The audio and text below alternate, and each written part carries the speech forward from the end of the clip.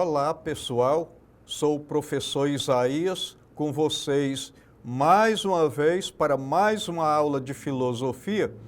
E hoje nós vamos tratar de um assunto muito nosso, um assunto muito aqui do nosso Brasil.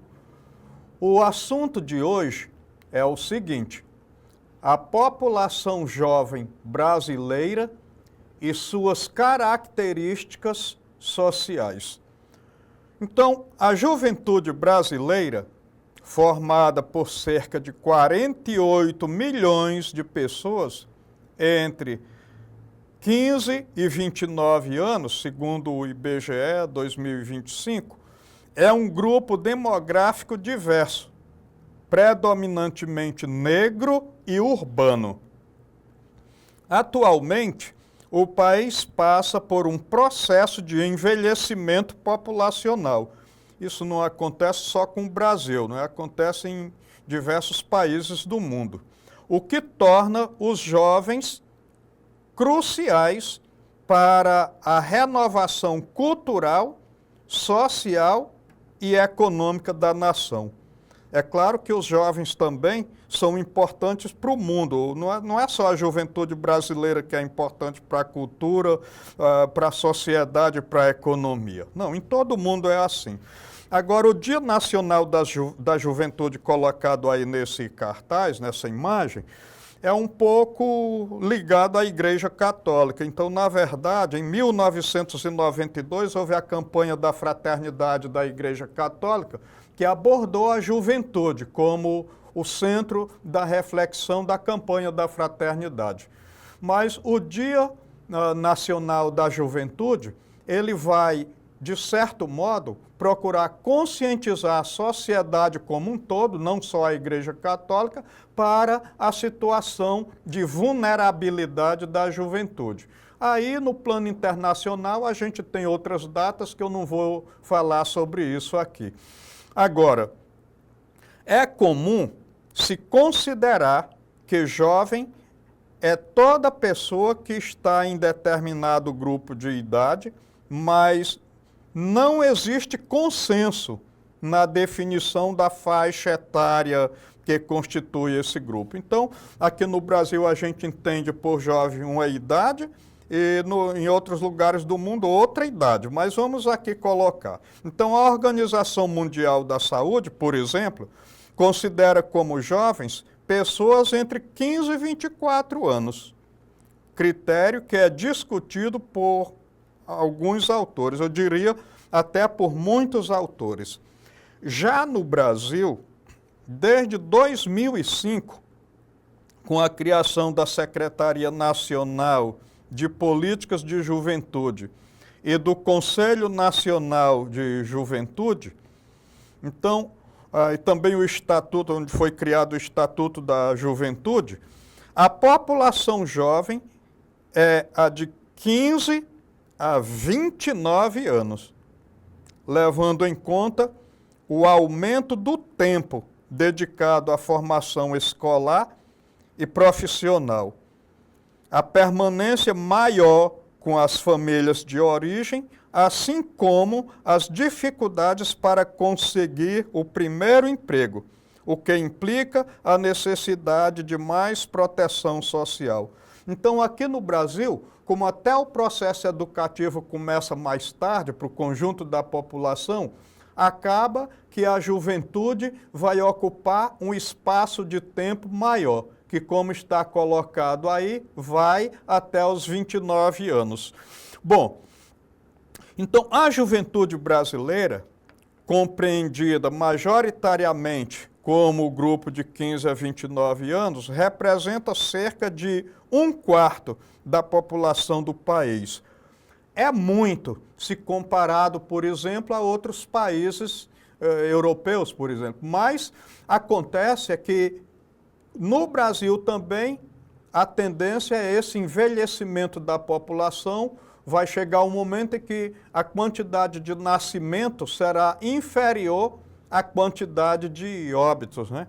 Então, as características desses jovens, então as características sociais, são marcadas pela pluralidade, transição aqui eu estou falando de transição demográfica, forte desigualdade racial e regional, além de desafios estruturais no acesso à educação e ao mercado de trabalho. Então, as principais características e desafios das juventudes no Brasil incluem perfil demográfico.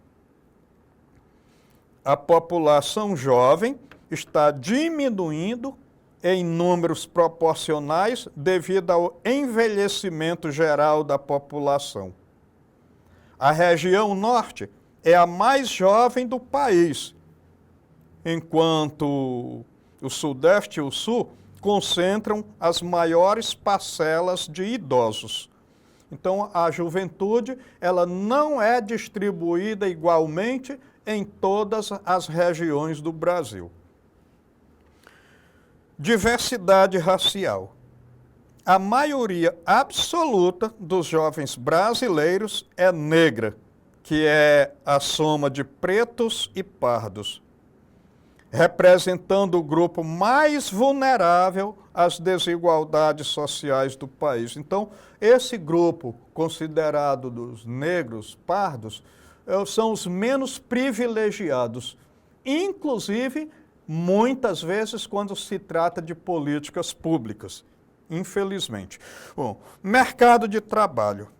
A taxa de desemprego nessa faixa etária é historicamente superior à média nacional. Quando inseridos no mercado, muitos jovens enfrentam a questão da informalidade. Então, não é aquele emprego fixo, algumas vezes não é com a carteira assinada e por aí vai. Então, ocupam postos de menor qualificação e recebem salários mais baixos. Então, isso aqui dificulta com que o jovem, ainda numa juventude razoável, aos 30 anos, já tenha o que é necessário para se organizar para o resto da vida. Tem até aquela brincadeira, diz que aqui no Brasil é assim. A gente é como ônibus lotado, a nossa vida é como ônibus lotado. Quando a gente acha lugar para sentar, é final de linha. Então, isso para dizer que a gente só consegue os recursos necessários para uma vida decente já numa idade avançada. Bom, então, na sequência, a gente vai colocar a questão da educação, que, embora o acesso à escola tenha aumentado, o país ainda sofre com altas taxas de evasão e defasagem entre a questão da idade e a série que vai cursar, com muitos jovens abandonando os estudos precocemente para trabalhar, ou no caso das meninas, devido à gravidez. E a questão do protagonismo cultural e social? Apesar das diversidades, a população jovem atua como forte agente de mudança e inovação social, quebrando tabus, liderando coletivos, ou seja, sendo liderança de grupos comunitários e influenciando profundamente o consumo, a arte e a tecnologia. Eu aqui até quero abrir um parêntese dizendo o seguinte, né? Por exemplo, quando a gente está falando da proteção animal, eu lido muito com isso, a gente tem maior sensibilidade entre os jovens do que entre os idosos, do que entre aquelas pessoas que têm 50 anos ou mais. É fato.